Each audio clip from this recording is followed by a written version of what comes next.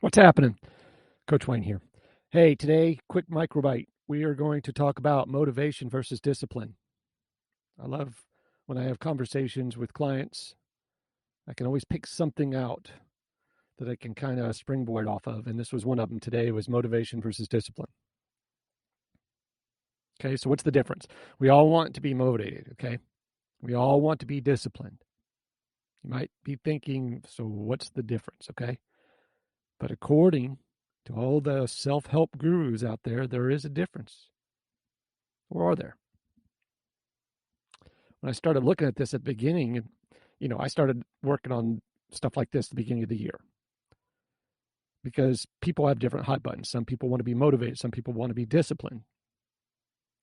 So at the beginning of the year, you're motivated to make some changes, right? Making New Year's resolutions. You're going to find a better job. You're going to lose 30 pounds. You meet somebody new in your life, exercise each day, and read a book each week. You're so excited at the beginning of the year, right? You purchase a gym membership, some new cross training running shoes, and you join Amazon Prime because you know you're going to be ordering lots of books and supplements, and you'll make all good use of that free shipping. But then you fast forward to March and you realize that you've only read 2 books or no books. And you haven't been to the gym in weeks. And you spend $30 a month on Amazon Prime, $90 on your gym membership, and you haven't done anything. You haven't gotten any healthier. You were motivated at the beginning, but you lacked the discipline necessary to carry on when your motivation was kind of wavering. So many believe that there's a difference between motivation and discipline. Motivation is the emotion of wanting to do something. That's the definition.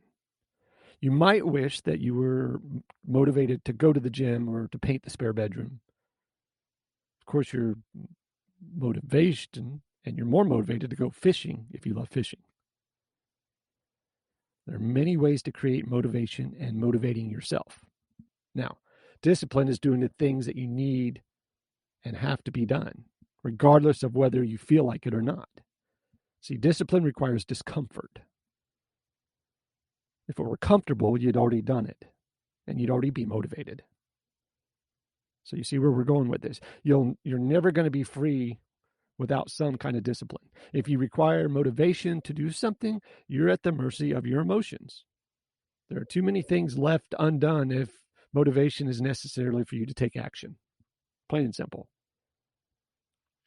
You have real control over what you do in your life with yourself and others, and discipline is necessary. Discipline is limited, though. You can only you can only force yourself to do something you don't like for so long.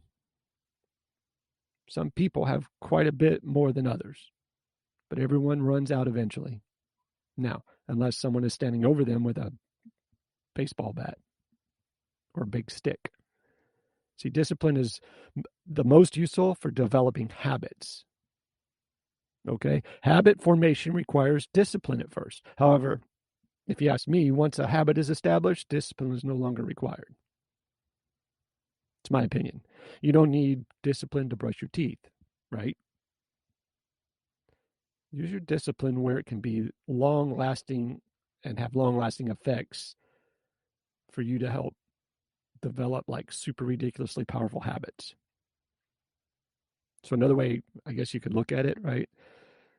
Discipline and motivation can be basically almost kind of the same thing. Consider that discipline is largely the ability to self-motivate. You wouldn't make yourself do a task in the first place if there was really no benefit to you. Right? You either believe you're going to receive something enjoyable or avoid something painful. Right? You want to lose weight so you would look nice for your partner. Well, there's motivation in that.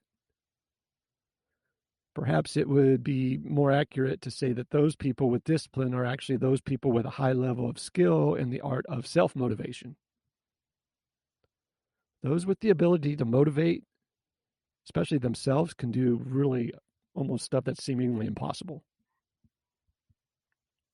The person that can drag themselves out of bed on a cold, rainy morning to go out for a run is someone that is able to focus on their long-term objective, okay? They're good at reminding themselves why they need to put on their shoes and head out the door, regardless. They focus on the benefit instead of the misery of getting up and facing the cold, wet weather. See where I'm going with that? Keep the benefits on your behaviors in mind, though, rather than focusing on the task itself. See, learning to motivate yourself is more important than any concept of discipline, right? Learning to motivate yourself is more important than any concept of discipline, motivation, enthusiasm, willpower, any of that. If you can motivate yourself, then any goal is or expectation is within reach, no doubt. Every action you take or avoid is due to some level of motivation. You guys have a great day. Be safe, take care, and say something nice to somebody.